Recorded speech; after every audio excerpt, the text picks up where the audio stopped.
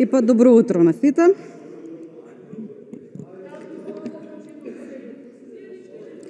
Зборуваме за право и правна држава во Домот на граѓаните 2020. Оти само тука може да има злочин без казна. И вели вака: пари да се добие моќ, моќ да се заштитат парите.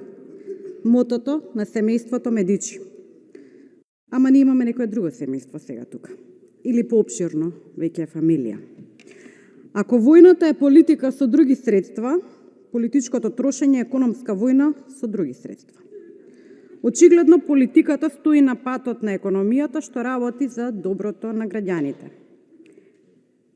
И додека најбогатите се оддалечуваат од остатокот од граѓаните, политиките што тие ги сакаат неконтролирано и недоволно или пак никаквото инвестирање во нашата иднина, посебен третман за фирмите кои наметнуваат големи еколошки трошоци и финансиски ризици врз нашето општество, се повеќе се косат со политиките што и се потребни на земјата.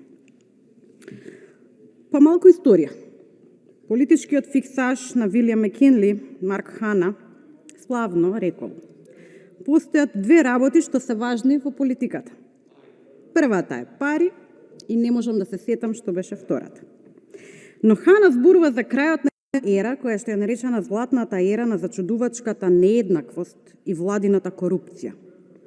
Во децениите кои што следат по Хана, реформаторните постапки, според повиците на Теодор Рузвелт, врвна политичка задача на нашето време е да ги елиминираме интересите на поединците од нашиот јавен живот, и Франклин Рузвелт, ние сега знаеме дека владата со оркестрирани пари е опасна како и владата од организирана толпа. Водат кон повторно заживување на сферата на граѓанскиот живот и на демократијата. Целта не е само поголема едност и демократија. Целта е да се спречи болеста со која е зафатена и нашата влада. Таа е болест наречена моќни економски интереси, и да се создаде простор за економски политики што ќе ги напредат интересите на широкото мнозинство на граѓани. И сега стигаме до еден термин кој што не би требало да ни е толку смешен – плутократија. Плутос – богатство, кратос – држава, моќ. Или плутархија е општество со кое управуваат или го контролираат луѓе со големи богатства или приходи. Првата позната употреба на терминот на англиски јазик датира од 1631 година. За разлика од системите како што се демократија, либерализам, социјализам, комунизам, па дури и анархија, плутократијата не е вкорената во воспоставената политичка филозофија. Причините зашто се развива плутократијата се комплексни. Ама, колеги, дали ќе ги препознаеме? Едно сценарио кога плутократијата може да се развие кога земјата пропаѓа поради исцрпување на ресурсите, елитите се обидуваат да ги соберат остатоците од богатство или да ги прошират долговите, па дури и да се дозадолжат до бескрај, за да ја задржат стабилноста и себе си на власт. Низ историјата политичките мислители, како Черчил, францускиот социолог и историчар во 19. век, де Токвил, и денес Чомски, на жал, ги осудуваат плутократите за игнорирање на нивните општествени одговорности, онака како што власта ги игнорира своите денес во Македонија.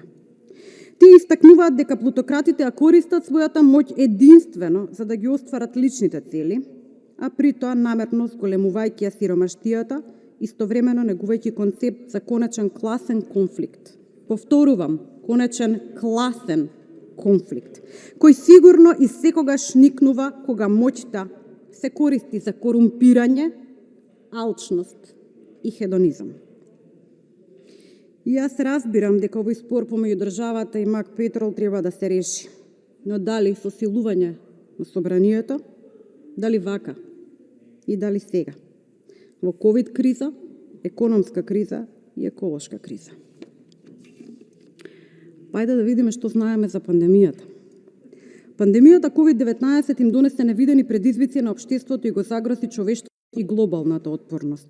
Сите земји се соочуваат со предизвик, но земјите со ниски примања како нашава и земјите во развој се соочуваат со попредизвикувачка ситуација од другите поради нивната ограничена здравствена инфраструктура, ограничените финансиски и човечки ресурси и ограничениот капацитет на владите да одговорат на потребите.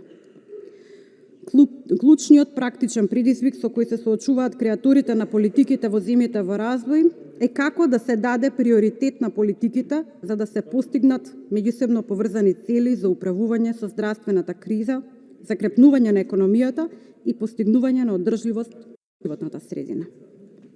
Ке ве молам, може ли да зборувам без вие да зборувате истовремено? Ви благодарам. Да, ме прашува зошто нема грење во салата, мора да одговорам. Можете тоа да го направите. Повелете. Од кога ќе завршам. Повелете. Сега ме праша заради тоа. Ние немаме рамка за идентификување на приоритетите на акциите на политиките за решавање на предизвиците со COVID-19 и обезбедување одржливо закрепнување. Рамка која би ги истакнала принципите и критериумите и би дала увид во развојот на заедничките цели на политиката, идентификување паметни стратегии, проценка на компатибилноста на политиките, усогласување на инструментите на политиките и факторирање на одржливоста во кратки и долгорочни одлуки во политиките. И ова сигурно многумина од вас и подобро го знаат од мене, земајќи во предвид дека сте и подолго од мене во политиката. Од морална и етичка перспектива, управувањето со постојните и појавните закани човековите животи е општествена обврска и примарна одговорност на државата. Човечки животи. Ама ние зборуваме за Мак Петрол Гама. Така најголем приоритет треба да се даде на избор на политика што спасува човечки животи со намалување на здравствените ризици, подобрување на здравствената заштита, намалување на заразните болести и обезбедување на основни здравствени услуги, заедно со оние кои имаат за цел да ги задоволат основните човечки потреби како што е пристап до храна, вода и за солниште. Користејќи ги широките перспективи, велат, 4 практични критериуми може да бидат идентификувани како основа за проценка и приоритет на изборите на политиките и на тој начин да бидат распоредени ресурсите. Број 1. Зачувување на човечките животи. Не Гама Мак Петрол.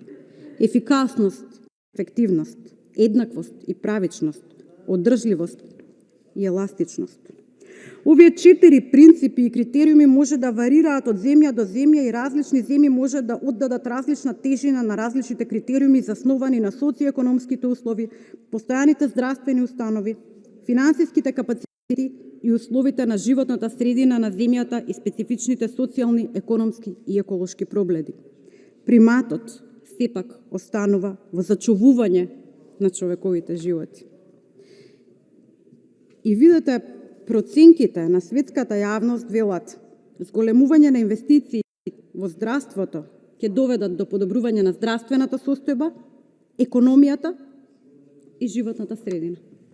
Тоа е заклучокот на извештајот. Пред некој ден прошетав низ Македонија.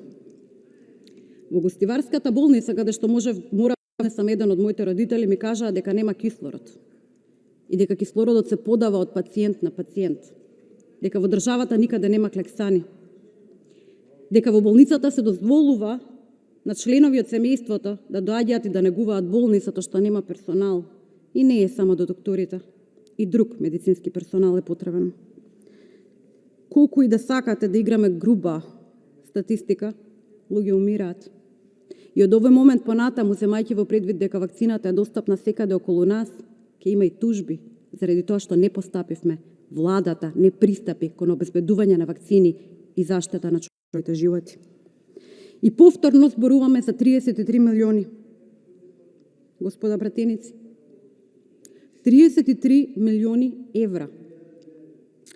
Земајќи во предвид дека дупла доза од вакцината, најскапата вакцина за COVID-19 во целиот свет е $40, значи дека со овие пари може да набавиме 1.680.000 дози вакцини. Во превод, во однос на буџетот кој што го изгласавме, ова е 30% од целокупниот буџет за Министерството за здравство. Во однос на поддршка на социјални фондови од истиот буџет, таа ставка е за 90% помало. Реконструкција и доградба на објектите за ЈЗО. Помала ставка за 86,89%. Се е помало. Довршете се, мисля. Нема да бројам поедно. Ќе кажам дека овој буџет е 50% од куративната здравствена заштита и превенција, она што го изгласавме. И честопати слушам дека политиката е игра на перцепции. И ве гледам како се смеете од време на време. Не се согласувам, ниту прифаќам ваква политика за мојата држава и мојот народ. Ви благодарам. Видете, реалноста е препеколна за да се играме со неа. А во неа е цела Македонија, па и вие заедно со нас. Ви благодарам.